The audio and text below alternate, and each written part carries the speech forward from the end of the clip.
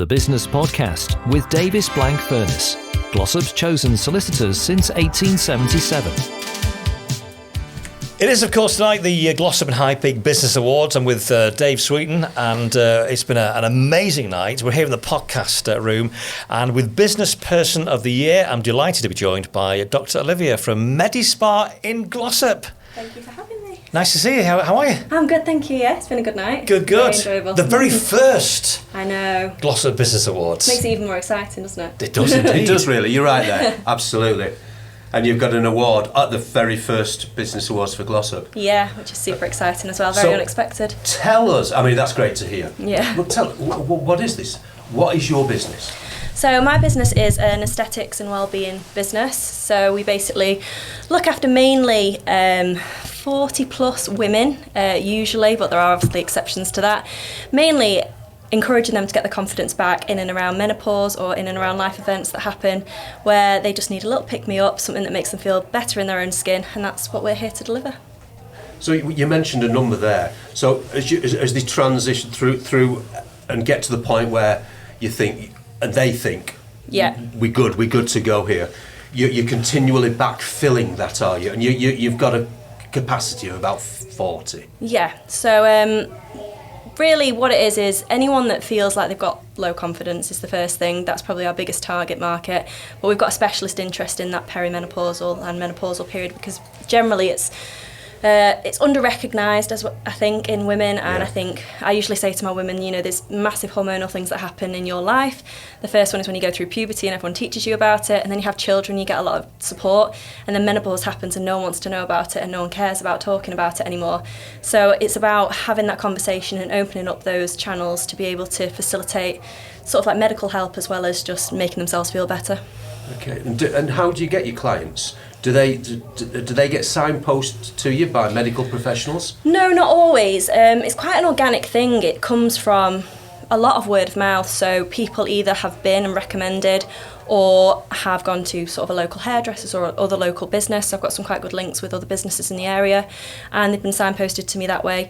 I'm one of the only medics in the area doing it. So I think that does sometimes help because people sometimes want, you know, a reliable professional rather than you know, there's other people doing it in the industry as well, so it's kind of like two markets for it, but that's normally, I'd say word of mouth is the biggest reason that people come to me. Okay, so as a doctor, when you trained, what did you specialise in, and how did you get into this? What was the route? It was a complete accident, if I'm perfectly honest. Yeah, that's great. I went to medical school because it was one of the things my parents wanted me to do.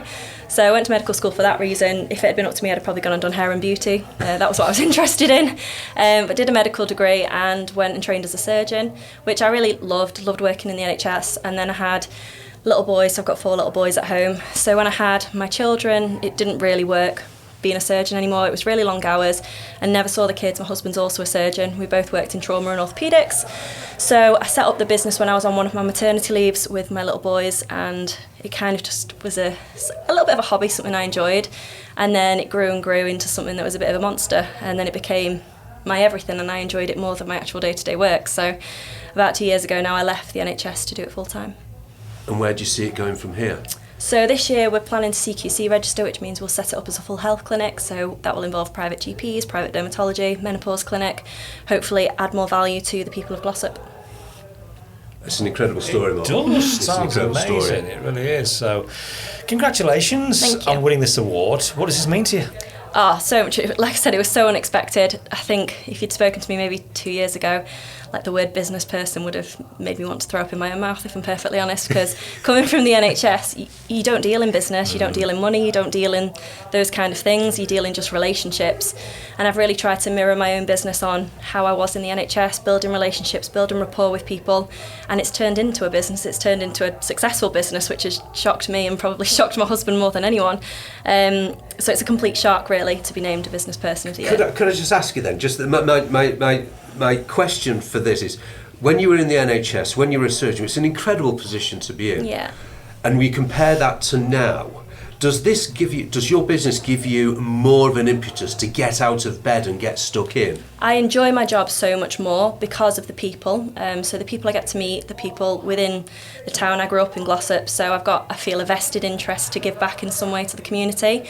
And everything that we do within the business, that's always the starting point. It's always, how can we better what we can do in Glossop, or how can we give back to the people of Glossop, how can we offer more to the people of Glossop, and that drives me, that gets me up every morning. My kids are so proud, like they have a physical site where they can come and see what I do, and it's kind of in their legacy too. It's nice for them to see that, you know, you can be a woman, you can have everything, you can have a great career sort of in the traditional sense, yes, in terms of being in the NHS and being a surgeon, but you can also move away from that and carve your own path, and you can be whatever you want to be. Yeah, and like you heard me saying there, it's so important for youngsters to actually get out into a working environment and see success and get those ideas and the lights come on in the head. So you'll be finding that with your kids, won't you? Yeah, so they're boys as well, so they're naturally very inquisitive. They ask so many questions. And it's funny because if you ask my kids what my husband does for work, they're very much like, Daddy's a doctor. And if you ask them what I do for work, they'll be like, oh, she's like a scientist or something. They have no idea what I do now in comparison to what my husband does, because the roles just, it's blurred for them because it's very different to what a traditional, I guess, job would be. Yeah. Fantastic story. It's a great story. It really is. Thank you very much, Dr. Olivia from MediSpa in Glossop, winning the Business Person of the Year. Congratulations. Thank you so much. The Business Podcast with Davis Blank Furness, Glossop's chosen solicitors since 1877.